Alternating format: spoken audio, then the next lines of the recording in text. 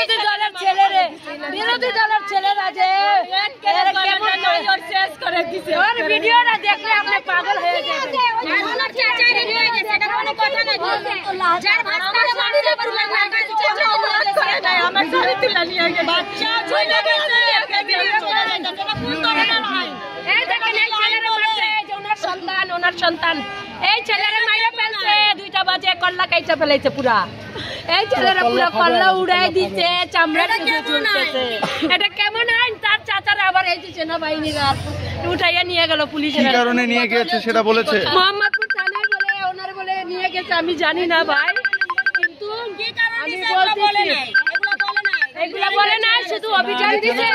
এরা পাইছে নিয়ে গেছে আমরা ছেড়ে দিব সমস্যা